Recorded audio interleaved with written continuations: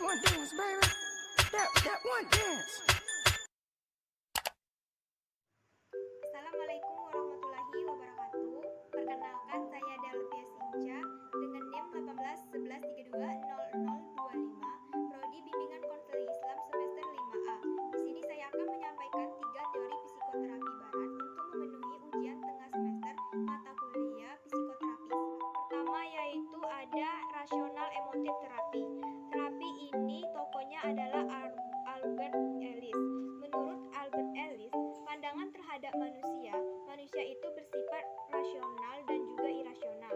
Masalah-masalah emosional terletak pada berpikir yang tidak logis. Banyak perilaku emosional individu yang berpangkal pada self-talk atau omong diri atau internalisasi kalimat-kalimat, yaitu seperti ini. Orang menyatakan kepada dirinya sendiri tentang pikiran emosi yang bersifat negatif. Nah, yang selanjutnya tujuan untuk terapi ini sendiri yaitu memperbaiki dan mengubah sikap, persepsi, cara berpikir, keyakinan, serta pandangan klien yang irasional menjadi rasional, sehingga ia dapat mengembangkan diri dan mencapai realisasi diri yang optimal.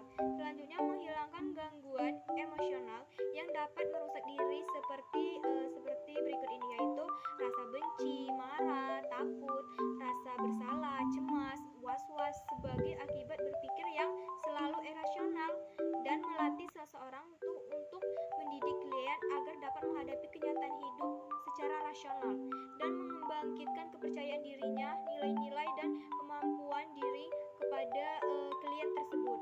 Nah, peran terapis untuk teori ini, terapis dalam rasional ini yaitu bersifat aktif dan direktif. Mereka adalah instruktur yang mengajari dan membetulkan kognisi klien, menentang keyakinan yang sudah berakar dalam diri klien daripada sekedar logika. Perlu repetisi konsisten.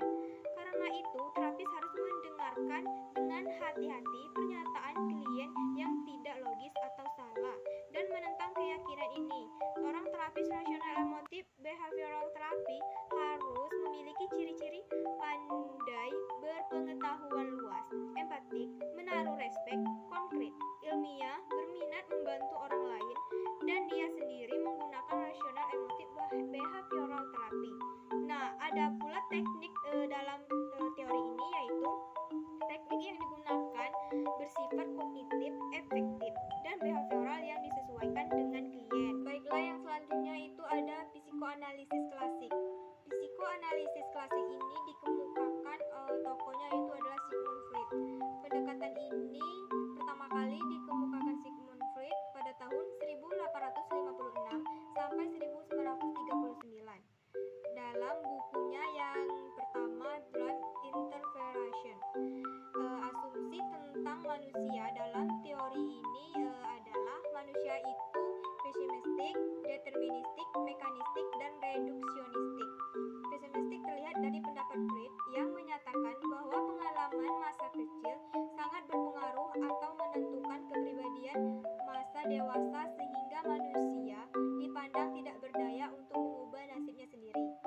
Yang selanjutnya, pandangan bahwa manusia bersifat mekanistik dan reduksionistik terlihat pada pendapat Freud yang menyatakan bahwa kepribadian manusia terbentuk berdasarkan cara-cara yang ditempuh untuk mengatasi dorongan-dorongan seksualnya.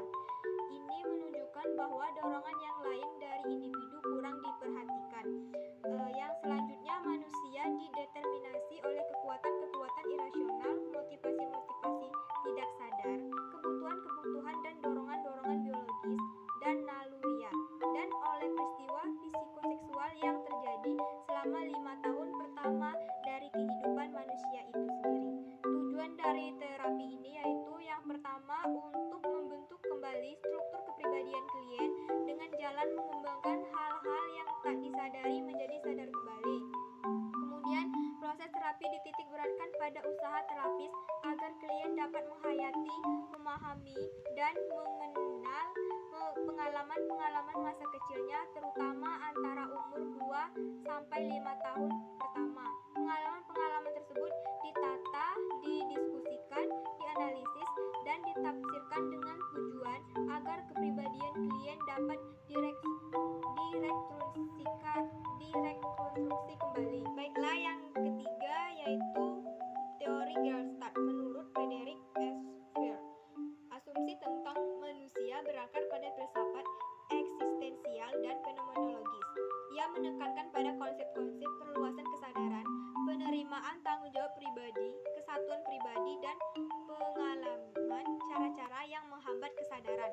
Salah satu sumbangan utama terapi Gestalt adalah penekanannya pada di sini dan sekarang atau saat ini. Berfokus pada masa lampau dianggap sebagai suatu cara untuk menghindari tindakan mengalami saat sekarang sepenuhnya. Nah, dan yang selanjutnya yaitu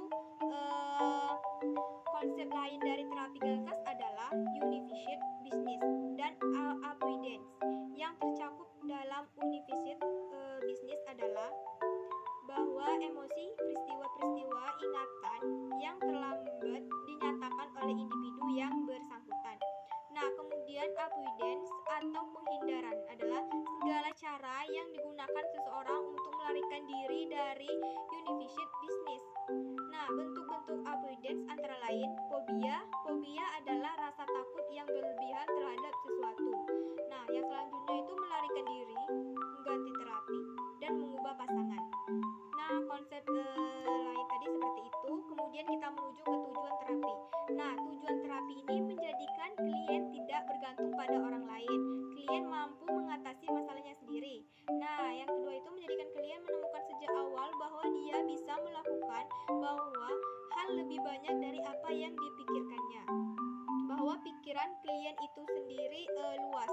Dia tidak tergantung kepada orang lain, tidak hanya membutuhkan orang-orang yang ada di sekitarnya, bahwa dia itu mampu mendiskusikan dirinya sendiri, mengatasi permasalahan yang dihadapinya.